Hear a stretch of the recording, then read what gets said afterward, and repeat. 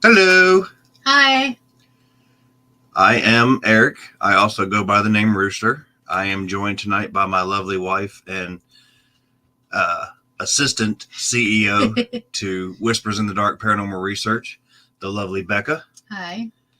I do want to apologize first and foremost.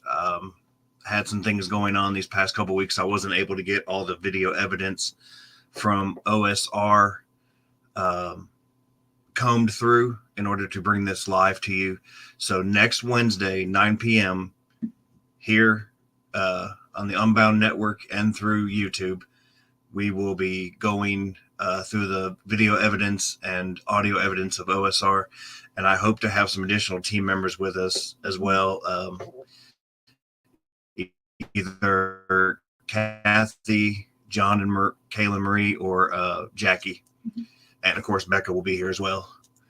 So tonight, what we're going to do is just kind of do an introduction podcast to the Whispers podcast. I finally got the Reaper Studio set up the way I like it. Um, and I don't want anybody to start smoking because a digital camel is telling them to. So please don't do that. If you already smoke, it's not because of a camel told you to. It's because you wanted to. We will. And if you see something behind me, that's just because there was a turtle on it. There's not a promotion there either. I have a lot of different things down here that bring me joy. A lot of it is Reaper and skull related themed. So, sorry, I'm a little nervous. It happens. What we're going to be doing tonight is going through the equipment that we have found to be the best for either a beginner group or a solo person or a solo team of two that want to go and do an investigation. This is just some of the stuff that we have found to be useful. Mm-hmm. Disclaimer, I am in no way, shape, or form endorsed or sponsored by Ghost Stop, but I do use them for most of my, or pretty much all of my purchases, that and Amazon. So if you see their name on their equipment, it's not to plug them. It's just that's who we get it from.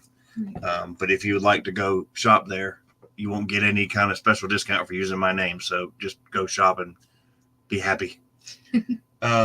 And then we'll also be going, Becca will be discussing different grounding and protecting techniques, because we can't stress this enough. Before you go into any type of environment, whether or not you know what you're dealing with, you always want to be grounded and protected. We're not necessarily telling you to wear a rosary and a cross and, spin around 3 times and say 5 Hail Marys. Whoever you pray to, whoever you believe in, whatever angels you call in, spirit guides, whatever you decide to use is on you, as long as you are protected by something. Also, we're not trying to tell anybody what to do, but we do not use any kind of provoking or Ouija boards. If you do, that's on you. Please be safe if you decide to go that route, but we don't do it just because we don't want to open something and invite something in that we're already dealing with something else, and we're having to battle 2 different spirits now, or entities. Right. Myself and some of the other team members do use tarot cards or pendulums. But as Eric was saying before doing that, I always call in. I have what I call my big 4: God, my angels, my guides, my ancestors, and then I also sometimes call on archangels. I did not grow up Catholic. I didn't know much about the saints or the archangels, but after taking Reiki and getting my certifications and things around 2012, Archangel Michael and Archangel Raphael came into my Reiki sessions. And when I started researching the names and the colors associated, I started working with them and learning more about them. When it comes to Ouija boards and things like that, I honestly don't know that there's much you can do to protect yourself. Just if you use them, please be careful. Please be mindful. but that's something that we do not use or take with us when we go on investigations. Also, just to stress, I know some people like to find sites or places that they can go investigate. If it says private property, do not enter. Make sure you have somebody's permission. Your graveyards, your cemeteries are usually open to the public. Just be respectful. Don't do anything provoking or disrespectful. I think we were at was it the Mount Tabor Cemetery?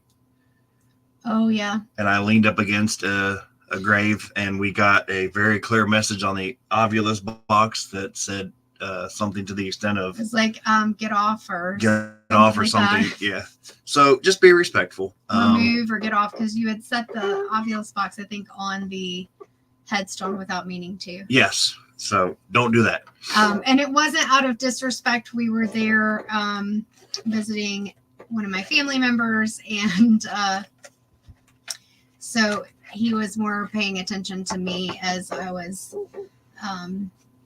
going to my family member's gravesite, which I don't always do, because for me, I don't feel like you have to go to the gravesite to connect with them. They're always with us.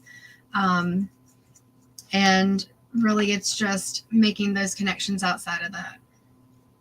Very well. Very, very, very good. So we are going to jump right into it. Do you want to go over the grounding first? If you want me to, I can. So okay. Before any investigation, or even myself and the other 3 people who are metaphysical, that's Jackie Ruth, Kaylin Marie, and Kathy, before we tap into a location, we try to make sure that we ground and protect ourselves, because anytime that you're putting yourself out there energetically and getting to know and observing the energy around you, there's always the possibility that you can go too far if you don't protect yourself. And that's something that I've experienced when I was trying to see, I finally accepted myself and the things that I experience, and I was trying to see how far I could go, and I ended up tapping into a situation to the point where I was experiencing a violent passing of a female, as if it was me, even falling backwards. I could see a hand in front of me with bracelets, a gold bracelet that was not mine. And it took me a couple of days to recover from that. And another person who's highly sensitive was like, Rebecca, you do not do that, because this is how mediums go crazy. So with grounding and protecting, for me, again, I call on God, my angels, my guides, my ancestors. For you, it could even be that you call on whatever divine guidance you connect with, or even if you don't have a divine being that you connect with, it could even be your higher self. All of us have intuition. It is part of our survival skills. You may call it your gut instinct, a hunch, you had a feeling, whatever it is, a coincidence. It's part of our intuition. And we have to be able to tap into that intuition so that we can be aware of what's going on around us. So when it comes to grounding, one of the things, go ahead. Sorry, if I may jump in real quick. Also, before you tap into any situation, make sure you let somebody know you're tapping in and you're not just asleep. I tapped in and I went a bit too far, and thankfully I had the help of my wife and the team members to bring me back out. But it did feel like I was being violently stabbed in the 1800s era Victorian home that we were staying at during our visit to OSR. Mm-hmm. And I didn't let anybody know I was tapping in. So when Jackie looked over, she said, "Is Eric okay, or is he asleep?" Well, and he was making some very weird noises, like he was choking, and it was frustrating because I'd already gotten onto him. Yes, I did get onto him. I am his wife, about not tapping in without protecting himself. And there was so much coming through the Phasma box. There was so much coming through the Ovilus, and it was all very much so directly connected to what was going on. I wish we had reported it, but there was I don't know. The girls and I, we all were just so focused on the fact that the spirits were connecting with us so quickly and the stories were coming to us. But anyway, I could hyper focus on all of that. We'll do another podcast on the Victorian home because we did get a lot on that. Yeah, it was an 1863 Victorian home in Ohio, and what is it, Belleville. And you can't miss it right now. They have it painted this very bright pink color. So if you see it, you'll know it. There were even cars slowing down as they were driving past the house. And so all of us are kind of like, why are they slowing down? But it was so they could look at the house. But anyway, as far as grounding and protecting, like we said, it's very important to do that.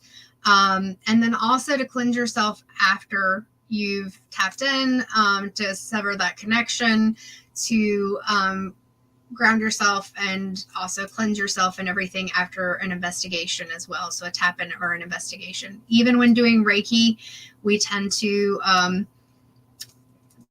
kind of meditate or wash our hands with cold water, anything to clear that connection, because energy is everything. We all have energy. So even in this space right now, Eric and I are sharing energy. Even through the camera, you may be able to feel the energy of either of us. Some of us are more sensitive to it than others. And sometimes we push our intuition aside because anxiety or opinions and things like that get in the way, and we think, oh, it must not be true. And that's usually where I get in trouble, is when I don't trust my intuition. So with grounding, one of the things that I like to do, because I am a Reiki practitioner, is to focus on my chakras. So I will, like I said, call in my big four: God, my angels, my guides, my ancestors. If I'm working with any of the archangels, I'll call them in as well. I do work a lot with Archangel Michael and Archangel Raphael because they are the two that came to me first. Archangel Michael is protection. He has a blue light and he is very strong and strong-willed.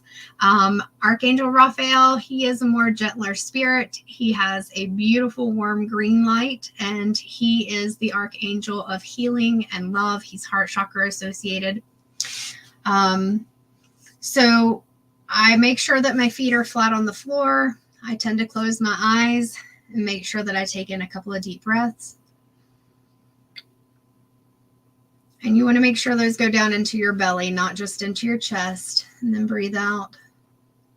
As we breathe in and out, even science shows that we calm our nervous system down. So this also just helps put us into that meditative state a little bit quicker. And as I breathe out, I try to release anything that I'm holding on to, any anxieties or worries, any thoughts that are my own, I release. And with that protection, I call in and I ask that God, my angels, guides, and ancestors be with me, that all the information gathered, all of the things observed are to help and promote the highest good of those involved. That if there is anything that I need to see, then I am able to see it. If there is anything that I need extra protection for, that any of the archangels come in that are needed. Because with angels, the thing is, they don't care what religion you are, or even if you have a religion. Their focus is, if you call on them, they'll be there. But there are many times that they can't intervene unless you ask them to. So calling in that, taking those deep breaths, and then, like I said, anything that feels protective to you, anything that you want to focus on, to call in that protection. As far as grounding, there are some stones that can help promote grounding. So I actually have on some snowflake obsidian. And then this is just regular obsidian. So you see it's black. It is volcanic glass, which means it's not man-made, because again, volcanic glass, but it is not a gemstone in the way that we would think of something like this smoky quartz, which is also a grounding stone. So any of your dark stones, the smoky quartz, the obsidian, black tourmaline, which is also a negative energy protector. It does absorb negative energy. And then if you see, I nerd out over some of these things, like these little sparkly places. You might can see it. That's mica. So black tourmaline, it can be very fragile, or it is very fragile. So you want to make sure that you protect that as well by wrapping it up. And then also onyx. So that's another black stone. And this is a little angel pendant. So when we look at these stones, you can see that the onyx, the obsidian, and even black tourmaline, when it's tumbled, all can look very similar. So it's hard to tell the stones apart sometimes. You can wear them. You can set them up in a grid. You can carry them in your pocket. Before investigations, I've shoved a bag with all these stones in it into Eric's pockets from the very beginning. Just whatever intuitively comes to me. It's cool to know the different stones and what they can do.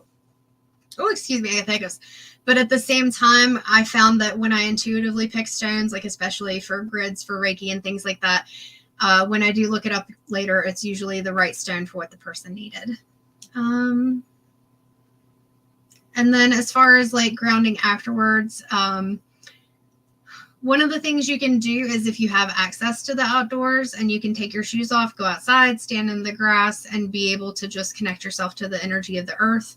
Even scientific research talks about how being able to go outside and put our feet on the bare ground does ground us and reconnect us. The other thing, if you're not able to go outside or you're not able to take your shoes off, is to, if you're like me and you're a very visual person, visualize yourself as a tree. You can even put your hands up in the air if you want to, and imagine that you are pulling down the energy through your body as if it is a tree, and you're going through the trunk all the way through your legs to your feet, and then imagine roots growing out of your feet into the ground, connecting you to the earth. Anything to bring you back into the present moment. If we look at it from a psychological standpoint, when we look at grounding, what we're talking about in therapy is being able to bring yourself into the present, being mindful. So even if that is having an object, like it could even be a crystal, and you're focusing on it and looking at all of the things to bring yourself back into focus. It could be anything on your body. So like if you have gemstones on or tattoos, focusing on something that pulls you back in the present moment and out of that situation that you've either tapped into or the energy that you've picked up on in an investigation. And I can hyperverbalize all of this because it's one of my hyperfixation topics. So I'm going to hand this back to Eric. Yay! Now you're on stage. Okay. Quick couple things also to remember. Again, most of us are grown. Most of us are over the age of 18. Most of us are over the age of 21. But for those that can, we don't look down on you for drinking or like having a Red Bull energy drink or anything of that nature. Just try and limit your quantities. I've found that out the hard way. I used to be a heavy Mountain Dew drinker, and with my anxiety, it ramped me up so much more. Being on a paranormal investigation, because we don't like to call it a ghost hunt because we're not Ghostbusters. Right. You want to be respectful to the energies and spirits that you work with. You're already going to be ramped up. So the last thing you want is something else ramping you up to where you almost have a panic attack or you start getting jittery where you have to sit down. Right. And if you are highly sensitive and in tune with yourself and your intuition, whether it's cannabis, whether it's like Eric said, alcohol, any kind of drug or substance that alters the way that you perceive things or the way that you respond to things, you may not know if you're picking up on things or not. And so it's good to just take, like if you are somebody who smokes, again, we don't look down on you. I use CBD. I personally don't use cannabis. Like I said, I love that turtle and I don't look down on anyone who does. But if you're going on an investigation, it is so important to go into it with a clear mind. And as Eric said, any of those caffeinated drinks, it's not that you can't have them. Just be mindful of your caffeine because it can mimic symptoms of anxiety where it might elevate your heart rate, or if you drink too much, you may get shaky. We all know that on these investigations, most of the time we're going to be there overnight. So it makes sense to want to drink some caffeine unless you're like me and it makes you sleepy. Yeah. Water in this situation is your best friend. Mhm. Also, with Rebecca, with her being highly sensitive and some of my other empaths that are highly sensitive, it physically drains you. So make sure you have a snack too, something to bring you back up. Because the last thing we want to be doing is trying to fumble around in the middle of the dark, trying to do CPR or bring you out of a situation. Right. Also, with that being said, if you find yourself in a situation where it's getting too intense and whatever, please do not run. Remember, you're in the dark. You're unfamiliar where everything is at. Go slowly. If you have to go with a partner, get outside, get into another room, and just bring yourself back down. Right. And that's a big, that's a big point too, is I have a bad habit because I'm following the energy or whatever spirit is guiding me or whatever. And so I have a bad habit of having a hard time communicating and verbalizing, hey, I need to go in here. And I'm getting better at that because I would just walk into a space and then it'd be like, oh crap, I'm supposed to tell somebody that I'm in here. So if anything happens, even if it's not supernatural, like you do trip or you cut yourself or something, that people know what's going on and they're there with you. Can you hand me that case back there? Which one? The one with the Indian on it, or the Native American. Indigenous person. Indigenous person. Yes, I am not out to ever offend anybody. We just had Indigenous Peoples Day. So with that, 2 major things that I would recommend above anything else is a good flashlight. Make sure your batteries are charged. If it's a USB rechargeable, make sure it charges up all the way. This is good. Also, I highly recommend walkie-talkies. For somebody like me, it's almost like you letting me loose in Target or Walmart. One minute you think you're talking to me, the next minute you're talking to the man 3 rows down because I am gone. I have a bad habit of wandering. So this is the Wanderer. You turn it on, you make sure your team has clear communication, and then you can freely wander around. But I recommend wandering around in groups of 2.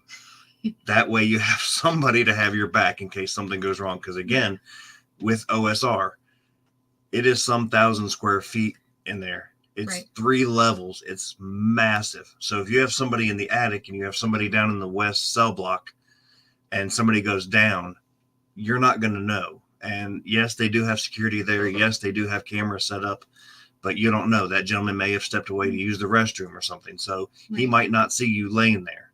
So safety, safety, safety. And it's best to do it in numbers. But again, I use, again, not a plug, but I use Motorola's. They have a flashlight. They also have an audible alarm that you can press and it'll alert everybody that also has a walkie-talkie that something's wrong. And it has a strobe feature. So if you are rendered uncommunicable and you can't speak, it'll flash for you and that'll give somebody the distress signal that you need help.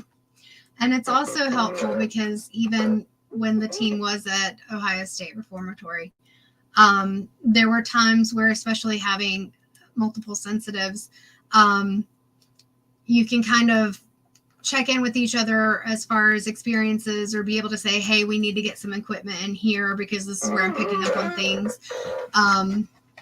There was even a point where walking through the showers, it felt like somebody took my head and just slammed me up against the wall. And Kathy, I believe, also had a similar experience around the same time. And so we definitely knew at that point that we were picking up on energy. And in case, I mean, my head hurt because it really felt like I had been slammed up against the wall. But I was fine. But in case it was something where you're not okay, or as we said, something happens that's not supernatural, you want to make sure that people are there that you can communicate with and let know. Yeah, because Becca can tell you there is a huge difference, I would imagine, because I only got to see the prison during the day because I was having complications with my foot. But the stairs are metal. They're not anti-slip. The railings are old. They're rusty. I assume there'd be condensation at night. I'm not sure. Well, in the infirmary, the roof was leaking. So there was water all through part of, like, when you first come into the infirmary, there was water and puddles over to the right. And so luckily most of the places you're going to go, and excuse me, my nails are popping off. Most of the places that you're going to go are going to be on the left, except for what looks like it might have been a waiting area where we did get some interesting things that happened, but Eric will tell you more about that if we can check the pictures and make sure that they validated the experiences. But it's, you want to be careful too, because there was a lot of rubble around those areas, and during the day you can see it, but at night, unless you've got your flashlight, or I had a camera mode that had like the not black light, IR. Well, yeah, it was a night light. It was a night vision light. Night vision. There you go. And then I was able to see things through the camera, and your eyes adjust some, of course. But some places can get really dark. So that leads us to our next piece of equipment. I got some of these from GoStop. I did get some of them from Amazon. They are a little pricey. They're about $300 to $600 for a camera. This is an 8K digital camera. It does still video.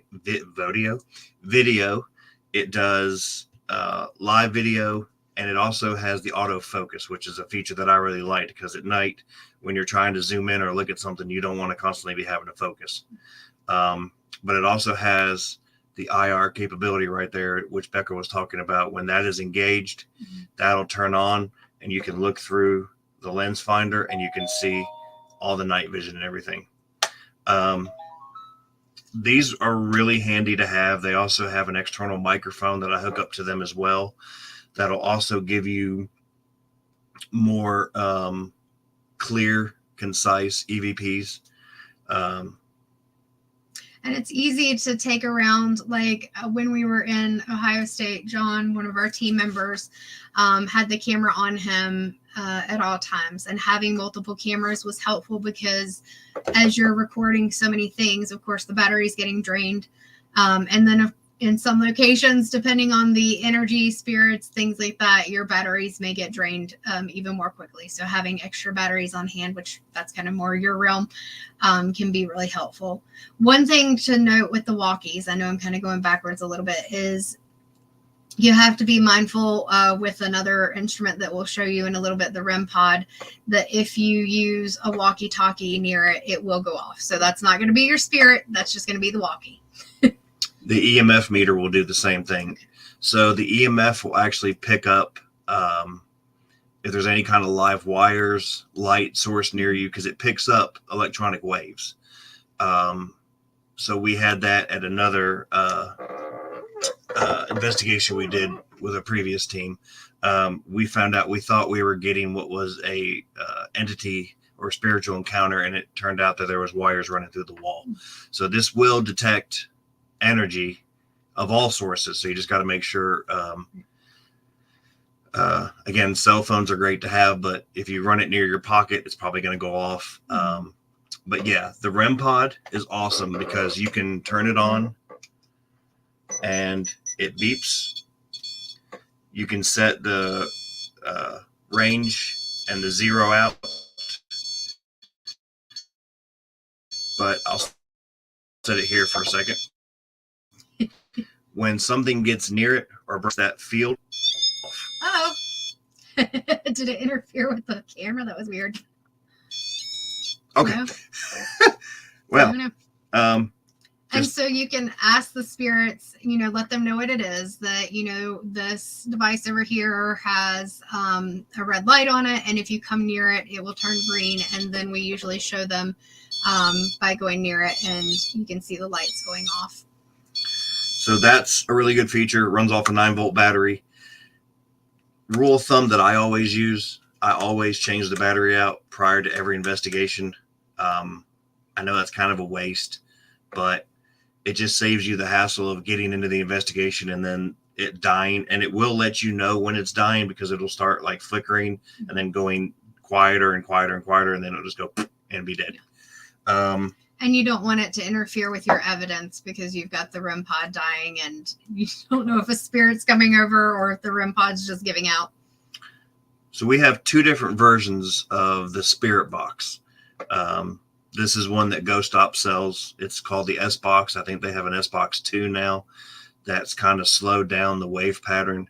But what this does is you can set it to an AM or FM station. You can do what's called sweeps. And when a spirit or entity is trying to communicate, it'll come through and it'll speak it out. The other one that we bought that I was really glad that we have purchased, and Becca uses it a lot, especially here in the home, is the Ovulus box. And what the Ovulus does is it has many features, but the one that I like the most is any EVPs that come through, it'll speak them and then it'll store them in the word list so you can go back and look at them later. It does have a jack for you to charge it, and it does have a headphone jack. So this will be really good for your SD sessions where you basically put on a hoodie or a hat with your headphones, noise canceling headphones. You set your sweep rate and you just shut everybody out and you listen. And then you have other people in your team or the person you're with ask questions that you can't hear and you're giving audible responses to. And sometimes they will link up. And we have had that happen before where I was getting voice responses back. And as I was saying them, they were asking the question and it was linking up and it was very cool. Yeah. And usually it will when you're in the sensory deprivation. So you can't hear, you can't see. You're just sitting there and all you can hear is the spirit box. It seems really random, the words that you'll get. And sometimes you may not fully pick up on it, depending on if you're using like the spirit box that's cycling through the channels and things like that. Or if you're using the Ovulus, it'll be a little more clear. There's also this app. I'm going to have to look and see what the app is called. But I've used this quite a bit. You can see it's already giving us some words. I think it said odd. Oh, here comes another one. This one says charm. So it said greatest odd charm since I pulled it up, or greatest odds charm. But we got a lot of different responses that actually have coincided with other conversations we're having at the time. This app has in our home called out my name and Eric's name before. So Eric came up, Rebecca came up. This app and the Ovulus have actually said the same words or similar words at the same time.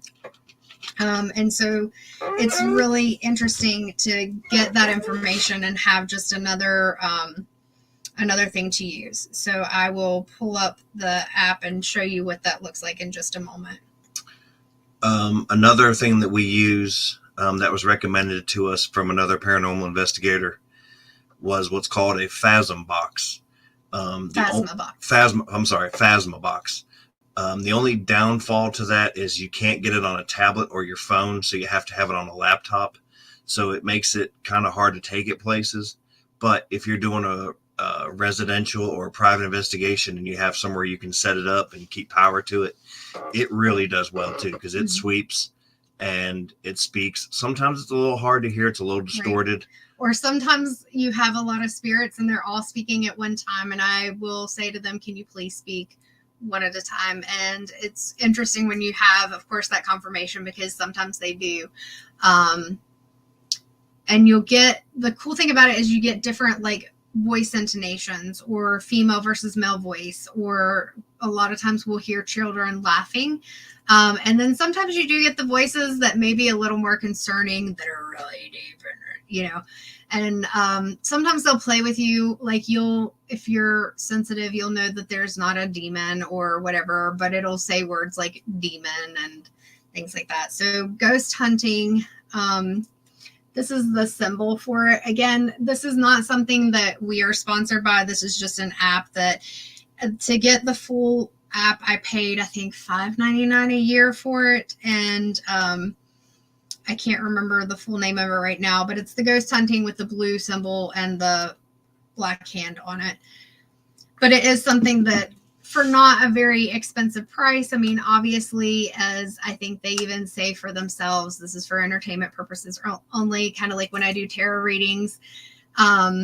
We have to say things like that because, of course, if you have anyone who's like, oh, that wasn't true, then they can try to come and start something. And I just prefer to be drama free. Let's all get along.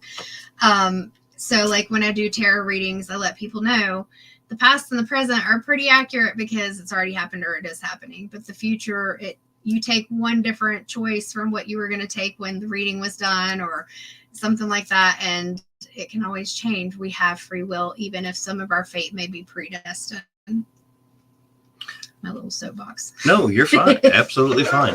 One thing I did find out that I did not know about the S-Box, and I believe the S-Box 2 has it as well. You can put a memory card in it, and as you're sweeping and it picks up words, it'll save them on the memory card. Then you can pop it out, put it in your computer with the micro SD adapter. And if you don't have one on your laptop, I know my laptop has the capability where you can just plug the SD card in. I think Walmart or Amazon sells an SD card reader that you can get for like USB, and it's not that expensive. But that really helps you because, again, as you're doing all this and you have digital recorders, which I think I have one, the little one over there set up. Actually, let's pull both of these over because this was my buddy when we were at OSR. This is great because all you have to do is put it on your arm like a regular watch and you turn it on to record. I didn't have to do anything the whole time. And so especially if you're trying to focus on equipment or you're intuitive and you're trying to focus on sensing things, you have this on, it just picks up and records everything. So if you get an EVP, you get an EVP. And it works as a regular watch too, so you can see time and everything. And then this is the other voice recorder. And obviously this one you do carry it around yourself, but you do have all the functions on it. And it does have a little outlet or a plug-in where you can put headphones into it if you want to listen to it, either in playback or as you're going through. So those are really good. Some helpful tips we can give you that we have learned from doing this from the time that we've been doing it. And the few years that I did it when I started the group back in 2018 was, and I got some great advice from other paranormal investigators. When you have digital recorders set up and you enter or exit a room, state your name and that you're coming in. That way it will distinguish between human and entity. Because there was an incident where I was playing around and being goofy, and they thought they had caught an EVP, but it was just me coughing or saying something goofy in the background. Right. So I kind of tainted the evidence a little bit. And where I often hiccup, especially if I'm hungry, I'll kind of be like, that's Becca hiccuping. I am notorious for forgetting to say my name, but I feel like my voice probably is pretty identifiable. The other thing we've heard, and I thought this was really helpful, is if you're recording and you're going around, it's not that you want to talk so loud that you're going to cover up an EVP or interfere with anybody else that's doing any investigating, but using your regular voice instead of whispering can be helpful. I think we heard that on the EVPI podcast. Chris Allgood was saying that because it's so helpful, because if you have a whisper and it may be a team member, but your voice sounds different when you're whispering than it does when you're talking, that gets really confusing. And then you have to debunk it and just say, we have to throw this one out because we don't know if it's somebody on the team or if it is actually an EVP. And a lot of times too, and I think Chris pointed this out when we were on the investigation at the Montgomery house, if you're speaking in your normal speaking voice, sometimes the entity or spirit, whoever is around you, will actually whisper. So you won't actually pick it up, but the digital recorder will. Now, sometimes, I think Becca had this happen. You'll hear something in another room that you're not in, and you'll look to other members and go, did you guys hear that? Mm-hmm. And it'll be very audible, and very just, be different than what you would hear on the digital recorder. Lost my train of thought there for a minute. There was another private residence that we're at, and we never disclose the information of the residents because, you know, we don't like to give out that information. But I was actually in a cast, and I was working the equipment stand, or where we had all the equipment set up. And the entity that we were dealing with was calling out every member by name to include me. And I was like, what did I do? I'm just over here, you know, manning the equipment desk. But if you state everybody's name, a lot of times the spirits will address you by name, or they'll want to be addressed by name. And even if you don't, you're not hiding anything from them. And so, like, you can just think something and they may call you out. So just keep in mind your thoughts aren't even necessarily protected. And so even if you don't state your name, sometimes they may still know. But that's part of when we're talking about being respectful. One of the things that we do, even within our home, if we're doing an investigation, like when we were testing the equipment out or things like that, is we say who we are and that we're coming from a level of respect. And part of that protection too is I say, you know, if you are here and you are of God's light, love and light, you know, however you want to put it, the highest good, you're welcome to stay, you're welcome to interact with us. But if you are here for ill will, or if you, like, especially if you're in your home or you're trying to keep certain spirits out of a home that you're going into, then you cannot stay here. Now, if you're in places like OSR, or places where teams can come in and investigate, one of the hardest things as an empath,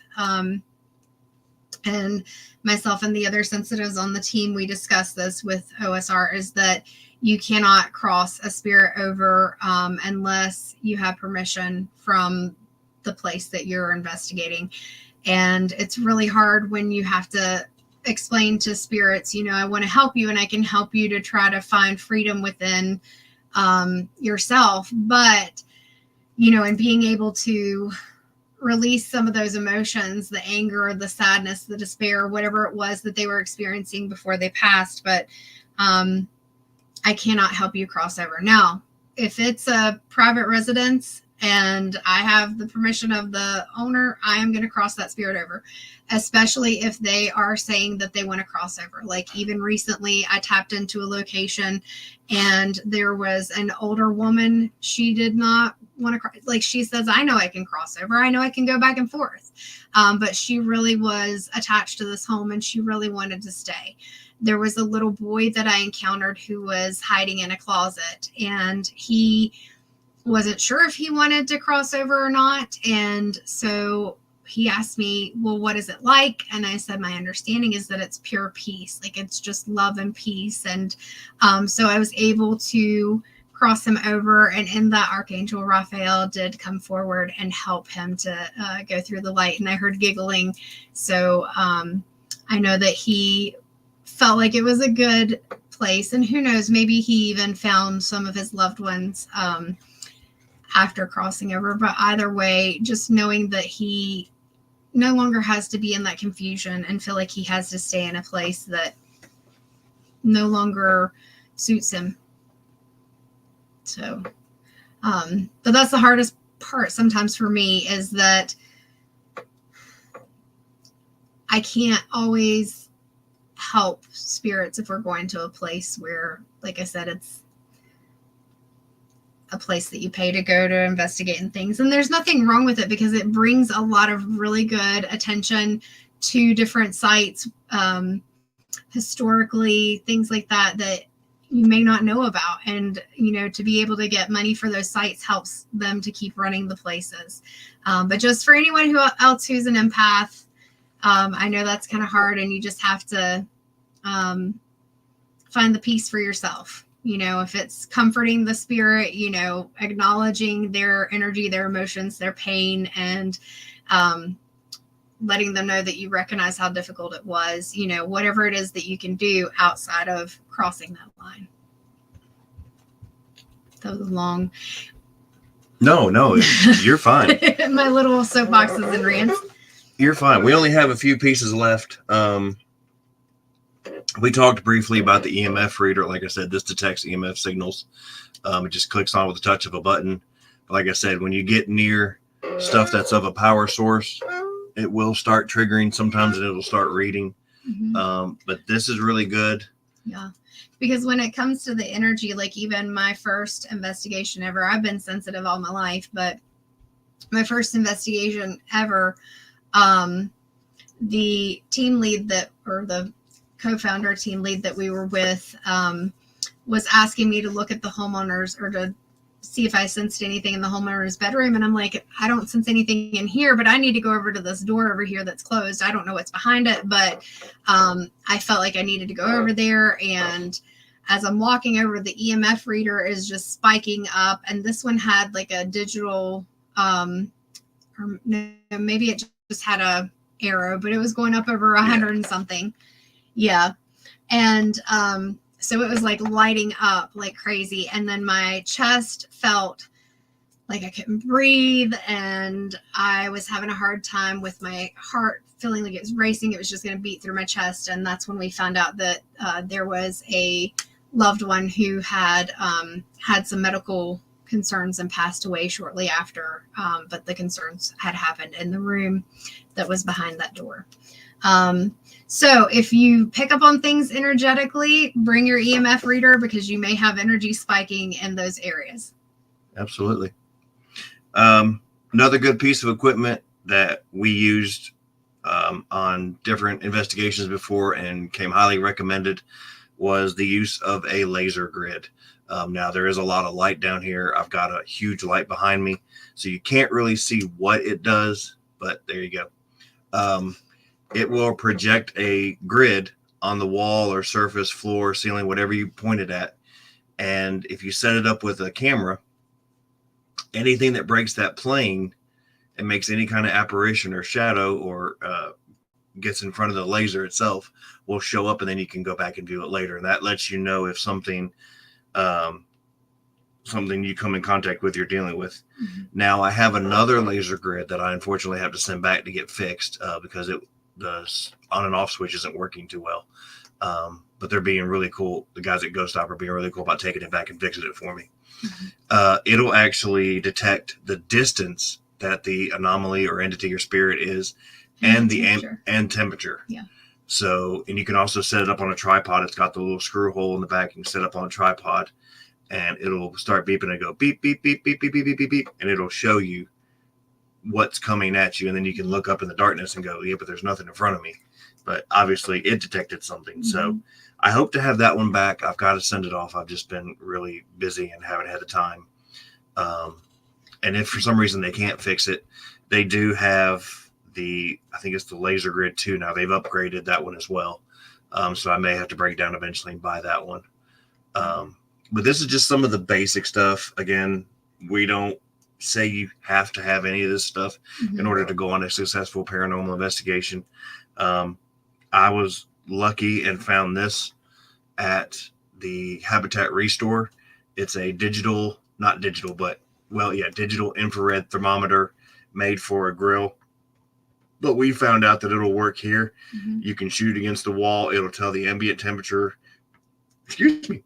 And then as you keep scrolling, it'll tell you if there's any kind of temperature drops or increases and decreases in temperature. Right. It was helpful at Ohio State in the chair room, especially because there was one specific area where the temperature was quite a significant amount less than what it was in other areas of the room. And then also for anyone, but especially if you're sensitive or you're paying attention, if you feel a temperature difference, it can be really nice to be able to confirm and verify that with the temperature meter to be able to say, okay, so this spot over here where we don't feel the cold or heat or whatever you're feeling, this is what the actual temperature is. And then this spot over here, yes, there is a temperature difference, which sometimes it can even be around you. There was something. The dead bell. Yes, I'm still learning on how to use this one. So it's set up very similar to the old style hotel bells, or, ring here for service if you go to Goodwill or places like that. And what it does is it also acts as an EMF reader, and it runs off a auxiliary charger. So it charges up. It has a low and a high setting. So I can turn it on and set it to about halfway. It'll ding on its own. Right. But I think what's happening a lot of times is it's picking up on the power sources around. So my recommendation, what we found in the past, is to put this somewhere where there's no electricity that you know of that's on. But I think because I have the camera on, the TV on, the speakers on, the cricket cutter on, it's picking up on all of that. Right. Whereas the OSR in the chair room, that's the only place at OSR that I used it, because I just couldn't carry a whole bunch of stuff at one time. But with the dead bell, I did bring it out when I was in the chair room, and I had barely turned it on. So it was on the lowest sensitivity, and it was just like ding, ding, ding, ding, ding, ding, ding. And so I said, if I need you to stop ringing the bell. I was just trying to explain how it worked, and it just kept dinging. And finally, I was able to turn it off and say, here's how it works. So if you ring the bell, you can ring it once for yes, twice for no, whatever you set up with the spirits. And the funniest thing is, it kept ringing until I turned it off, asked them to listen to me, explained that. And then even on that lowest sensitivity, I never turned it up any higher. It would not ring at all whatsoever. So I know. And there were some pretty cheeky, humorous spirits that were there. Some of them did like to make some jokes that weren't even appropriate when you're near the cells. We had one in the infirmary who apparently really liked Jackie. And if she wants to tell that story, she can. Yeah. Hopefully we'll have some, didn't mean to cut you off. Hopefully next Wednesday at 9 p.m., same YouTube channel, we'll have some of the other members on who, if they wish to speak about their experience at OSR. Mm-hmm. One thing I know that Becca can attest to, the Montgomery house, which she mentioned earlier, Chris Allgood, him and his wife, Audra, are the, I guess they're like the guardians of it now, is a way to put it. They oversee, they saved it from being demolished. I guess auxiliary group, or the women that are in charge of it, have brought in some furniture from different time periods. The Montgomery County Historical Society. Yes. There was apparently a piano or organ in one of the rooms that wasn't hooked up, but I decided that I would tickle the ivories, and we did capture an EVP of what we believe to be, with the team we were with before, a mobster. What did he say? Well, I think he at least wanted to present as a mobster. Like, he was the Chicago dude. He was, very rule the roost kind of thing. He wanted to try to intimidate people and things like that. And so he, when Eric was playing the piano, he's like, watch yourself. So he was telling him, watch himself. There were some cool things that happened. We're very grateful for the experiences that we had with the team that we were with before, and we respect that. So, and hopefully we'll get back out there again. I know they only open the house like twice a month, I think, just because it's in a rural area. Mm-hmm. And any investigations, the money from that goes to the Historical Society so that they can keep the house and other things up and running. Yes. I've noticed in the last, I guess we've been on now for 54 minutes. Mm-hmm. We're up to 4 viewers, one of which is myself. I am, watching myself. That's what I do. Partly to make sure that technically, we're not having any issues. But I can't actually see who is joined, but I would like to say hello. Just let you know we'll be on for about another 5, maybe 10 minutes. I've got to get to bed. I got work. Yeah, she's got to work, and I've got to lay around the house and chase the shade. You got to rest your foot. I do have to rest my foot. So we've went through most of the equipment. I do have some other stuff that I'll share later. that you can use. Feel free to go back, watch this video, and leave a comment, leave a like, leave a thumbs up, thumbs down. It doesn't matter to me. Let me know what I did wrong. Let me know what I can do better. At some point, I would like to have, I may pronounce his last name wrong, so I do apologize. Ron, is it? Yacovetti and Tony Rathman. They are with the Staticom project. And sometimes their wives join them on the podcast EVPI, Entity Voices. It's a very good podcast. Check them out sometime. They're Mondays at 9 p.m. Yes, Mondays at 9 p.m. on the UNX network, I believe it is. Not to take anything away from them, but Chris likes to do what he calls a shameless plug at the end of the show. I have to give a shout out to my brother-in-law, Jesse Poff, and I hope he doesn't harm me for this, but he has recently taught himself how to wire wrap crystals. He has his own shop now called JP's Twisted Crystals. I'm going to go ahead and pull it up. He has some beautiful pieces on there. She'll show you real quick. You may have to get closer with it because that looks horrible.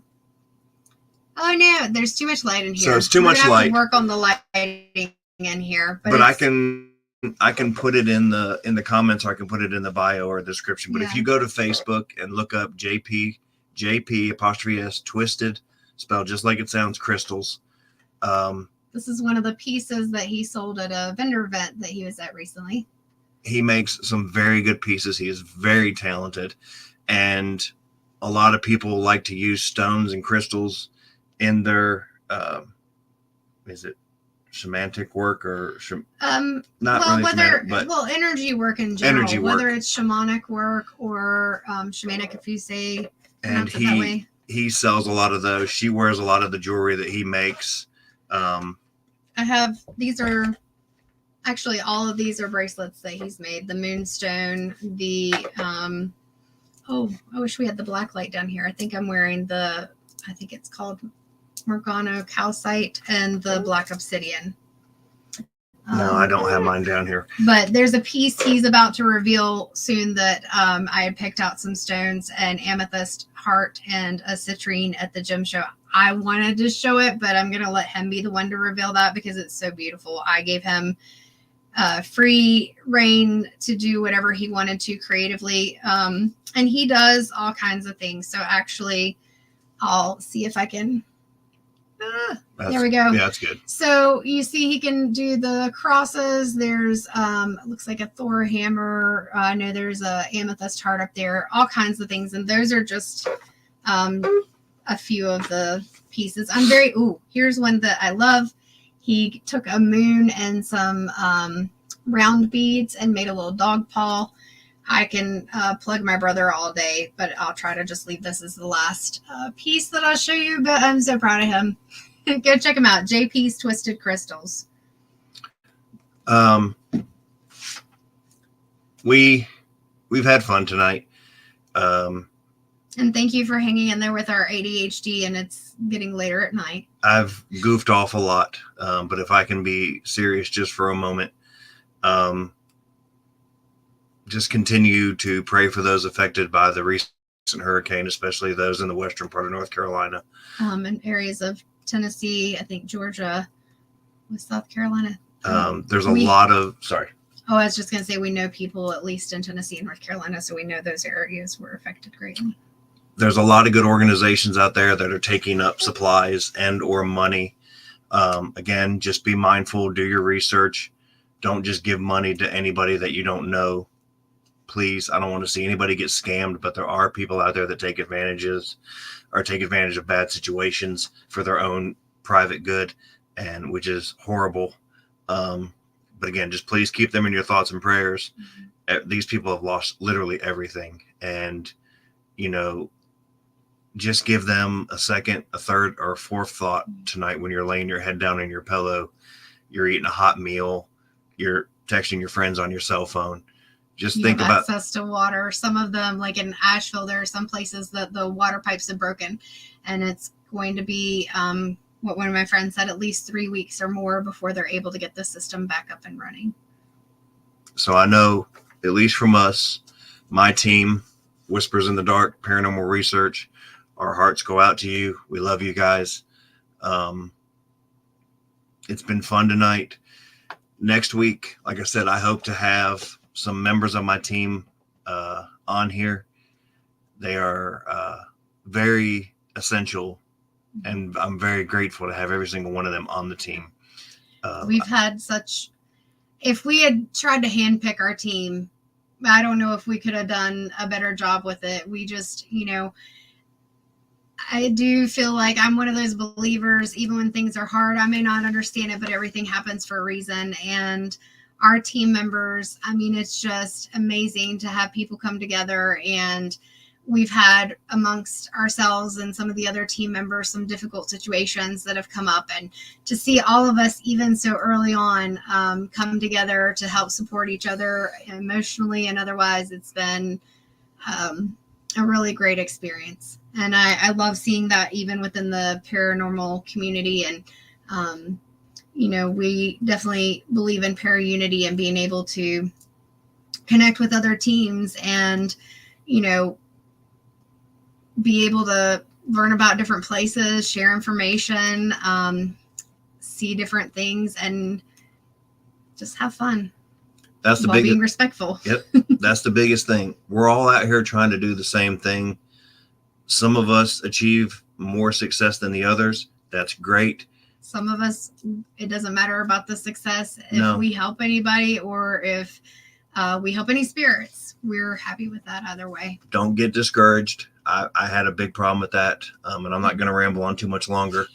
But just know that we're all here for the same greater good, to investigate, to have fun, to share our evidence, to make new friends, which we seem to always do no matter where we go.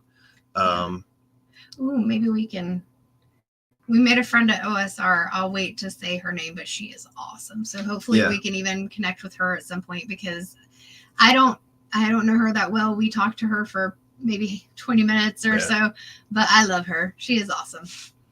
Yep. All right, real quick. I will be at some point joining some other paranormal podcasts, and then I hope to have them on my podcast as well. We will give them their respected shout outs when we work more with them. But it's been fun. I have a delicious pumpkin cake upstairs that's calling my name because, that's... And you did a good job. He made it himself. I did.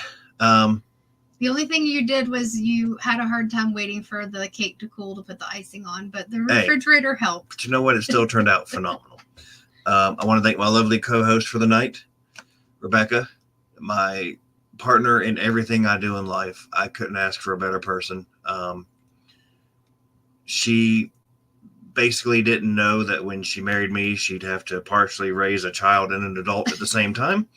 But I make things fun. I make life fun. Sometimes I can be a little of a pain in the ass, but I make life fun. But you're also intelligent and respectful. And while you try to have fun and make things enjoyable, you have such a big heart. Like I said, we've had each of us as team members have had different things that we go through